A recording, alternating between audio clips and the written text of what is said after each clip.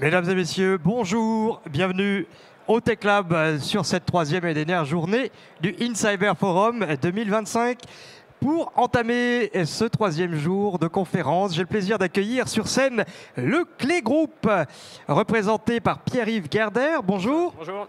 Et par David Snitten, bonjour. Bonjour. Alors ce matin, vous venez nous parler d'une situation quand la sécurité périmétrique perd la manche et vous allez nous montrer pourquoi il faut miser sur le Zero Trust.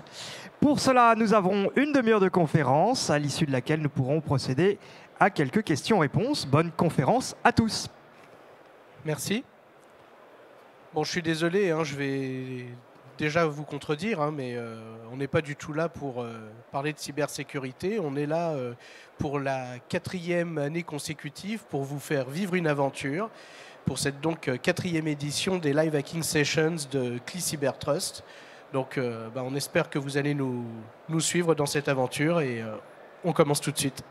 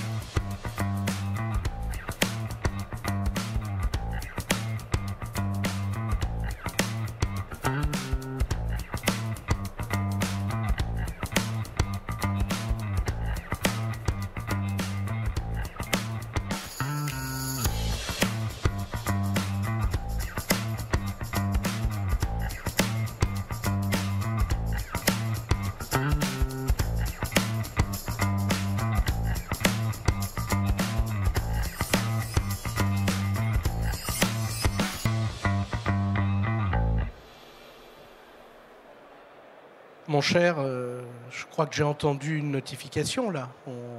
On a reçu un message, non? On a une nouvelle mission? Alors on va regarder cette mission.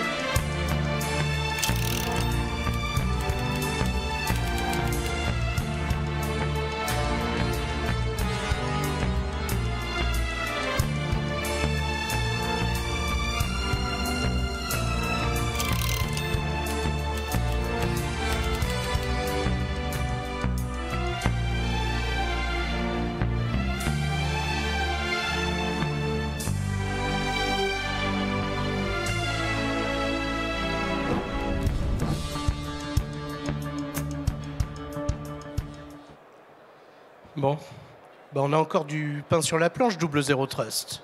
J'ai bien l'impression qu'on nous demande de nous introduire dans un casino, dans leur réseau, dans leur système. T'as un plan pour ça? Tout à fait. Donc là, notre mission, c'est d'exfiltrer des documents confidentiels qui se trouvent à l'intérieur du réseau d'un casino. Et donc, on va avoir une première étape, ça va être de s'introduire sur ce réseau. Pour ça, je propose une approche assez simple qui va consister au fait de hacker le réseau Wi-Fi. Donc, je m'équipe de cet outil qui s'appelle le Pineapple. Donc, c'est une sorte d'ordinateur qui va nous permettre plusieurs choses. Déjà, grâce à cet outil, on va pouvoir observer les réseaux Wi-Fi de notre cible. On va pouvoir déconnecter les clients légitimes et on va pouvoir diffuser un portail captif qui va nous servir à ce que les clients légitimes s'y connectent pour récupérer leurs identifiants. On dirait qu'il y a plein d'antennes, ça a l'air puissant ce truc-là. Exactement, c'est justement là-dessus que ça joue. Donc j'ai une première interface ici qui me permet de démarrer ce portail captif et j'ai une interface ici qui me permet d'observer les réseaux légitimes et de déconnecter les clients qui s'y connectent. Donc la première étape pour moi, c'est de démarrer mon portail captif. Voilà. Et d'aller déconnecter. Donc mon portail captif illégitime apparaît ici, et le portail légitime ici, je vais en déconnecter les clients légitimes. Qu'est-ce qui va se passer? Ces personnes qui étaient en train d'utiliser leur ordinateur, d'accéder à Internet, vont être déconnectées. Et qu'est-ce qui va se passer? Eh bien, ils vont aller se connecter sur mon portail captif, parce que la puissance d'émission de mes antennes est supérieure, donc ça va être le mien qui va passer en priorité. Et donc, de mon côté, j'ai juste à attendre qu'un client se connecte. Donc là, ça y est, première étape, un client s'est connecté. Le portail captif va lui demander ses identifiants. Et comme c'est mon dispositif qui récupère ces informations, eh bien, je peux les voir en clair. Donc ici, j'ai un identifiant, donc c'est un certain Jean Maligrade qui s'est connecté.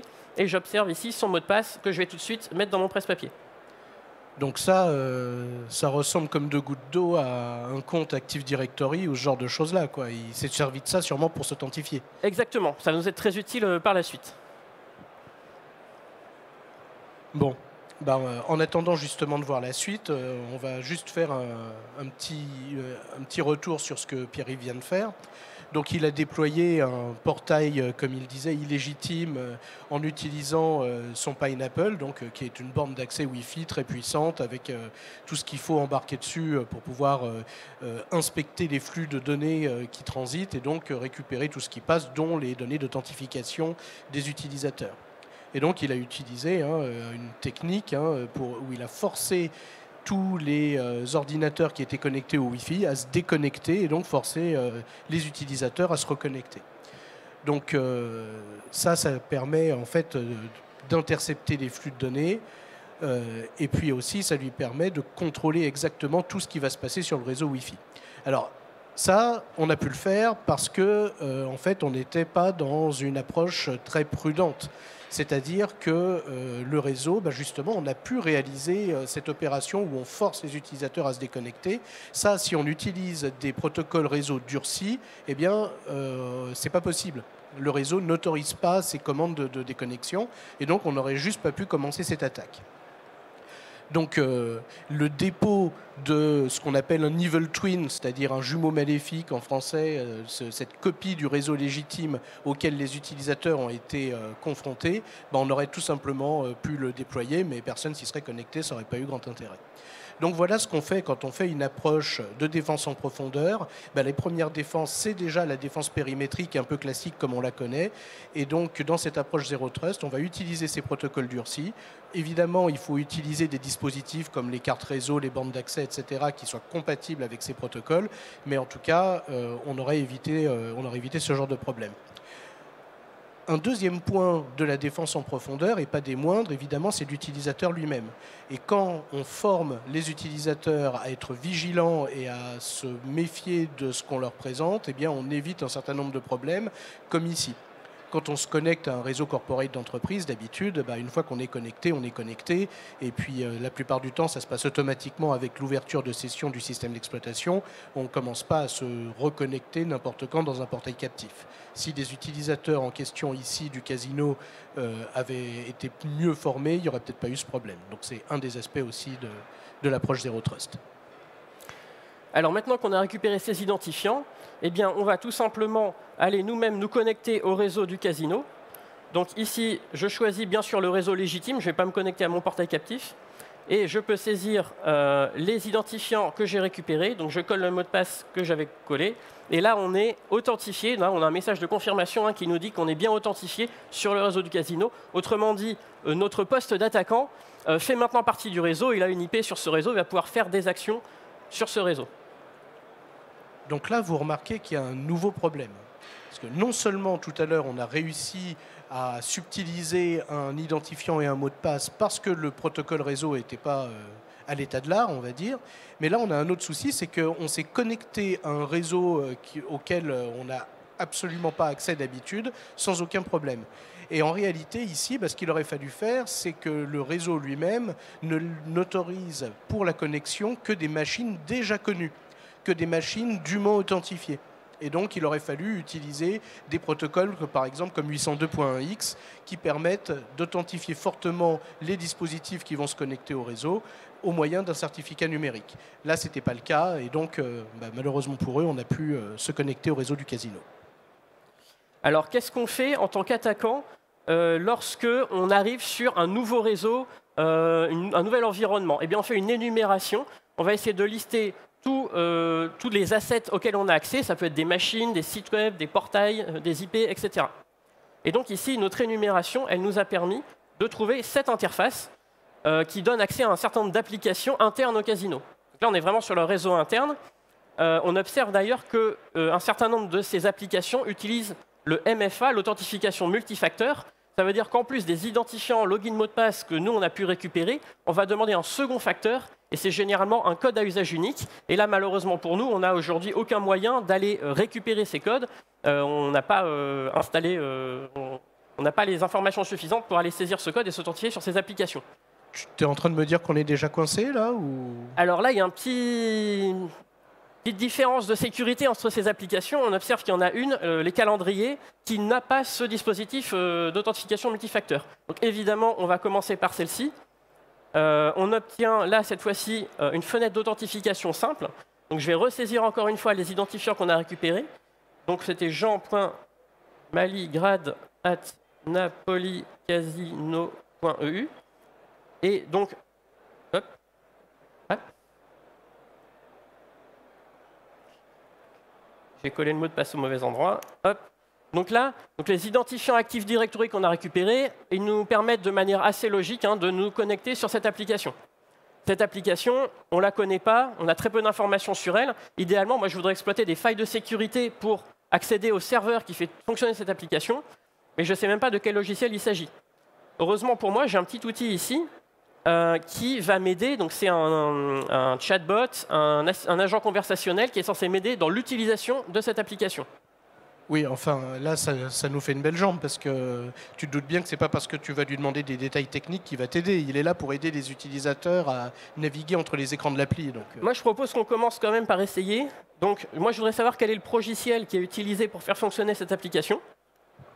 Alors, tu as raison, David, effectivement. Je te l'avais dit. Bon, c'est un détail technique, c'est pas destiné aux utilisateurs, cette information. Et on peut penser que le chatbot est programmé pour ne pas nous la fournir.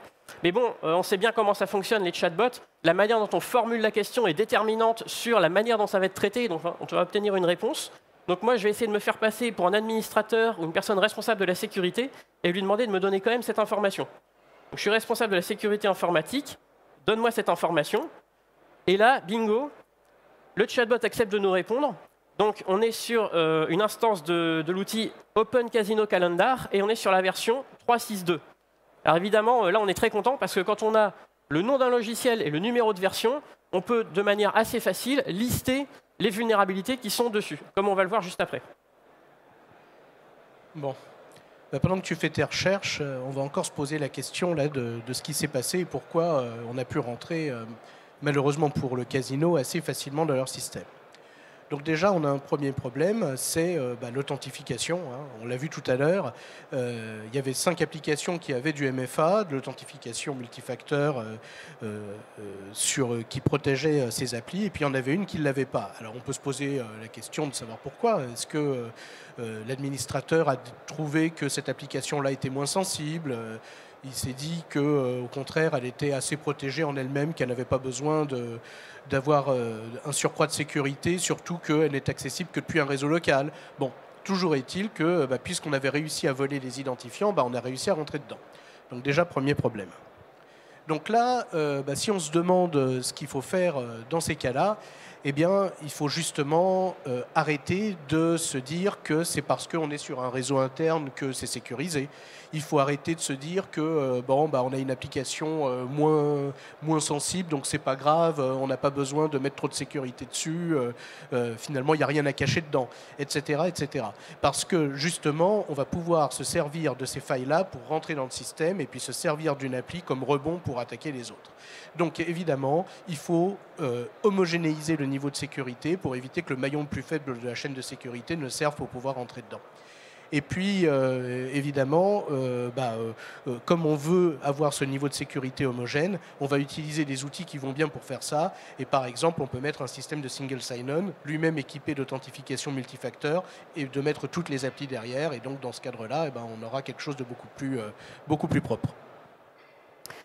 Alors, comme je l'ai dit juste avant, une fois qu'on a le nom d'un logiciel et son numéro de version, c'est très facile de saisir ces informations dans Google et de tomber sur les CVE, donc les vulnérabilités connues sur cette version d'application.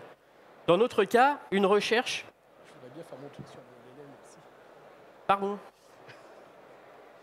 Désolé, je l'interromps un petit peu, mais il est un peu trop enthousiaste. Il fallait que je vous parle aussi de la partie agent conversationnel. Donc, ici, vous avez vu, au départ, on a posé une question et puis le système, évidemment, n'a pas répondu. Il nous a dit je ne suis pas habilité à vous donner l'information que vous m'avez demandé. Mais en fait, il suffit de faire un petit peu de mentalisme. Alors là, c'est le niveau 0 du mentalisme, mais avec certains agents conversationnels à base de LLM, donc les Large Language Models, malheureusement, ça marche. Hein. Et donc, en se faisant passer pour quelqu'un d'autre, en disant en fait, j'ai le droit d'accéder à cette information-là, on n'a pu la récupérer. Donc, vous avez vu ce qu'on a pu récupérer comme info technique sur le logiciel. Et donc, pour éviter ce genre de choses-là, il y a deux choses à faire. D'abord, et c'est toujours une approche de défense en profondeur, c'est-à-dire qu'on va dire le LLM n'est pas censé nous sortir des réponses comme ça, mais on ne va pas lui faire confiance, on va faire de la vérification en continu, et donc on va se dire je vais mettre des filtres sur les sorties du LLM, comme ça si jamais il a la volonté lui-même de ressortir des informations qu'il ne devrait pas, on va les bloquer à la sortie et on évitera de les donner à l'utilisateur. Et puis dans un second temps, il y a une autre question à se poser, c'est pourquoi le LLM en question avait accès à cette information-là. Le truc, il est censé vous expliquer comment cliquer sur les écrans pour créer un événement dans un calendrier. Il n'y a aucun rapport avec les informations techniques sur le logiciel sous-jacent. Il n'aurait pas dû avoir accès à ces informations-là et on aurait dû faire de la segmentation, du cloisonnement à ce niveau-là. Je te donne la parole pour la suite. Donc, désolé pour ça. On a donc saisi dans Google le nom de l'application et son numéro de version, et on est tombé assez rapidement sur cette CVE, la 2022 3530. Qu'est-ce qu'elle nous apprend ici? Que dans les versions d'Open Casino Calendar avant la version 4, il y a une faille de type Remote Code Execution, donc exécution de code arbitraire par un attaquant. Alors, on a quelques détails techniques. Hein. Donc, c'est dans la fonctionnalité d'upload de fichiers CSV, très intéressant pour nous. On peut donc déposer des fichiers avec un contenu arbitraire et une extension arbitraire. Par contre, là, il y a quelque chose qui nous embête un peu, c'est que ces fichiers ils sont enregistrés dans un dossier public dont l'adresse dépend de la configuration. Et donc là, on n'a pas cette information. Tu vas me dire que tu vas encore aller poser la question au chatbot? S'il a accès au nom du logiciel et à son numéro de version, il y a des chances qu'il ait aussi accès à des détails de configuration comme celui-là. Donc je lui demande dans quel dossier sont stockés les calendriers CSV importés, et il me dit que c'est le dossier TMP Import Files. Donc là, on est très content, on a tous les détails nécessaires pour mener la suite de notre attaque. Donc je vais simplement fermer le chatbot, me rendre dans l'outil de téléversement des calendriers. Donc là, c'est un petit formulaire qui me permet de déposer un fichier. Je vois ici que c'est bien un fichier CSV qui est attendu. Alors moi, j'ai préparé un script d'attaque ici, qui est un web shell, donc un script PHP, PHP, qui va me permettre d'exécuter des commandes arbitraires sur le serveur. Ce fichier, je lui ai donné l'extension .csv.php. Donc les contrôles basiques qui vérifient qu'il y a bien CSV dans le nom vont passer. Je choisis ce fichier, je le dépose ici. Et là, j'ai un message de confirmation qui me dit que mon fichier a bien été accepté. Ça veut dire qu'il y a vraiment un gros manque de contrôle sur cet upload. Hein. On a pu uploader n'importe quoi, y compris une charge malveillante de ce type-là. Ici, on a dit que c'était dans le dossier TMP Import Files que se trouvaient les fichiers téléversés. Dans ce dossier, je vois pas mal de fichiers CSV. Évidemment, on n'est pas les seuls à utiliser cette application. Il y a des utilisateurs légitimes qui ont uploadé des vrais fichiers CSV. Et je vois en tout dernier le fichier que je viens d'uploader. Là, on observe qu'il y a une très bonne pratique de la part du développeur de l'application, c'est que le nom de fichier est non prédictible. Il y a une chaîne aléatoire qui a été ajoutée. Et donc, en théorie, on n'aurait pas pu récupérer l'adresse complète de ce fichier puisqu'on ne peut pas connaître le nom qu'il a sur le serveur. Sauf que là, il y a une extrêmement mauvaise pratique, malheureusement assez fréquente dans un certain nombre d'applications web. C'est ce qu'on appelle le directory listing. Il y a un problème de configuration qui fait qu'on a accès directement à la liste complète de tous les fichiers qui sont dans ce dossier. Et donc, le nom de fichier un peu obfusqué, en fait, on le lit, nous, en clair. Et donc, on a juste à cliquer sur ce fichier pour récupérer notre web shell. Donc, un web shell, c'est un outil qui prend en entrée des commandes et qui va, grâce à PHP, les exécuter au niveau du serveur. Par exemple, si je tape la commande uname, je vérifie que je suis bien sur un serveur Linux. Si je tape la commande id, j'ai les détails sur l'utilisateur en cours d'exécution. Donc, c'est celui qui fait fonctionner le serveur web ou l'application dont il s'agit. Donc, c'est l'utilisateur EST et les groupes dont il fait partie. Alors, on n'est pas root sur la machine. Néanmoins, on peut déjà faire un certain nombre de choses sur ce serveur. Bon, on va voir ce que tu peux faire avec dans quelques instants. Mais là aussi, on va se poser la question de pourquoi on a pu rentrer. Donc, en fait, il y a deux types de contournements ici. Il y a un premier type qui est que on a exploité tout simplement une vulnérabilité du logiciel qui sous-tend l'application calendrier. Et donc, en fait, Pierre-Yves, tu as récupéré une fiche CVE, donc Common Vulnerability and Exposures, et là-dessus, tu savais comment utiliser la vulnérabilité présente sur l'appli. Tu as donc contourné les protections de la fonction d'upload pour pouvoir envoyer ton web shell. Bon, ça déjà c'est une première chose. Mais il n'y a pas que des failles qui sont dues à un problème de sécurité purement intrinsèque à l'application. Là, on a vu un certain nombre de négligences aussi. Soit de la part de celui qui configure le système, soit de la part de l'exploitant. Enfin, il y a un certain nombre de choses. Ici, ce qu'on a vu, c'est que d'une part, il y avait aucun contrôle qui était fait sur les pièces jointes qui étaient uploadées vers le système, puisque en fait on a envoyé une charge virale et puis il n'y a pas un antivirus qui a dit il y a un problème, il n'y a pas ce genre de choses là.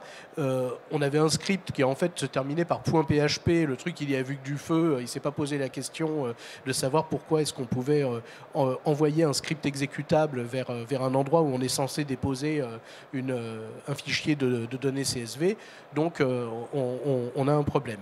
Et puis, il y a une deuxième négligence, c'est au niveau de la configuration du serveur web qui héberge l'application, puisqu'il y avait le directory listing dont a parlé Pierre-Yves tout à l'heure, qui était possible, c'est-à-dire la visualisation de l'ensemble du contenu d'un fichier, d'un dossier dans une arborescence. Ça, c'est totalement interdit sur une appli, il n'y a pas de raison qu'on puisse permettre ça.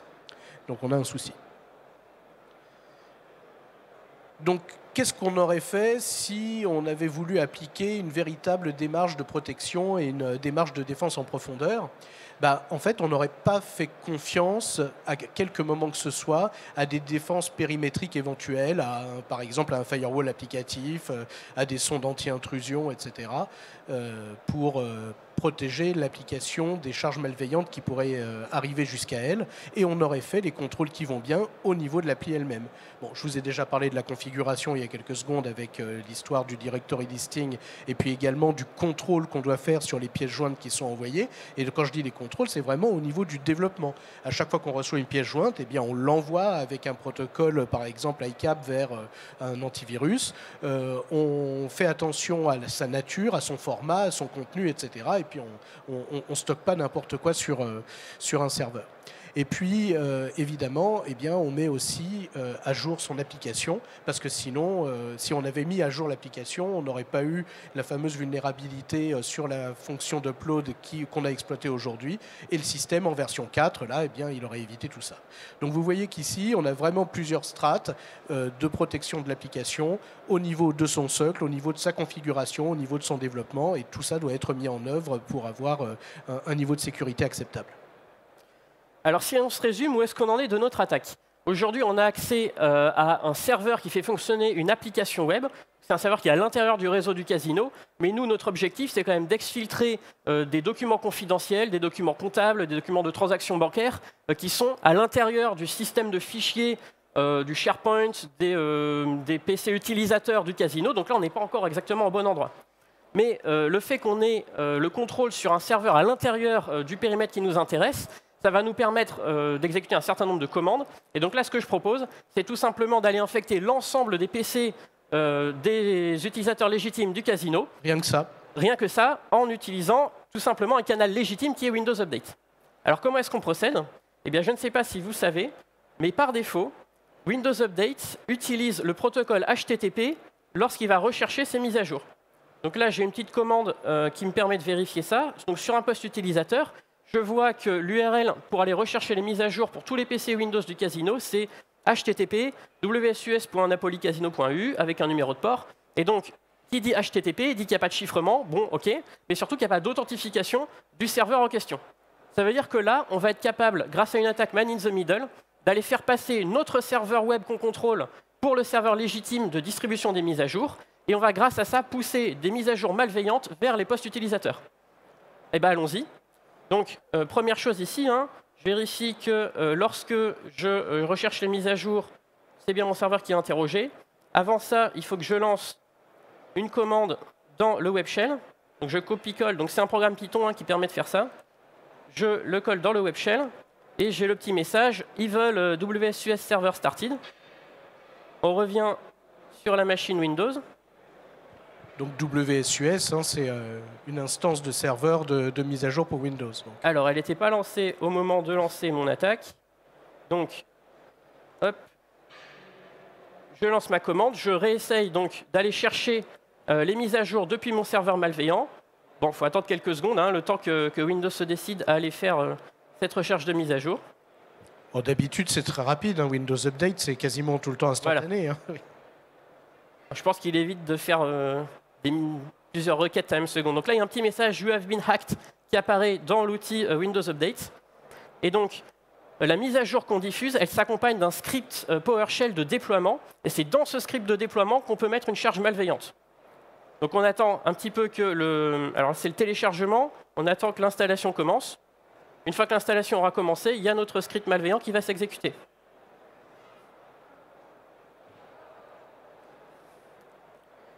Il faut être patient. Il faut donner quelques explications entre-temps. Hein. Les mises à jour Windows, elles sont signées numériquement par Microsoft, donc elles sont assez inattaquables. Et on va expliquer la suite après. Donc là, on a nos scripts malveillants qui se lancent. Qu'est-ce qu'il fait?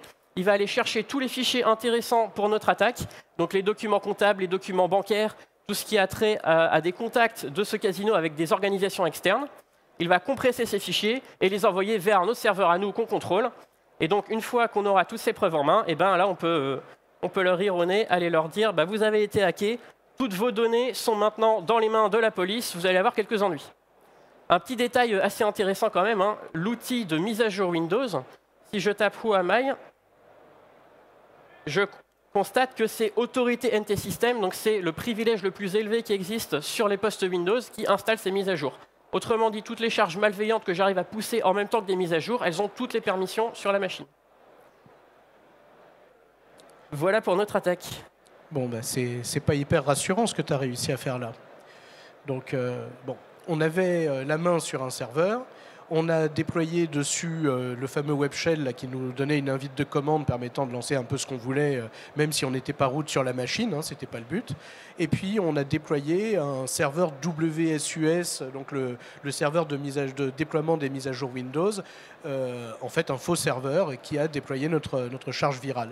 Et puis ce qui est intéressant, comme le disait Pierre-Yves tout à l'heure, c'est qu'avec ce genre de choses-là, eh ben, on a vraiment une surface d'attaque vraiment importante puisqu'on va toucher tous les postes utilisateurs qui vont venir faire leur mise à jour de sécurité.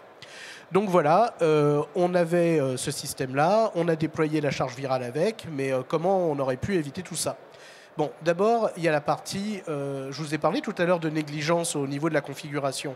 Eh bien là, on a quand même une négligence au niveau de la configuration par défaut du système WSUS, puisque par défaut, eh ben, il utilise un protocole non sécurisé qui est HTTP.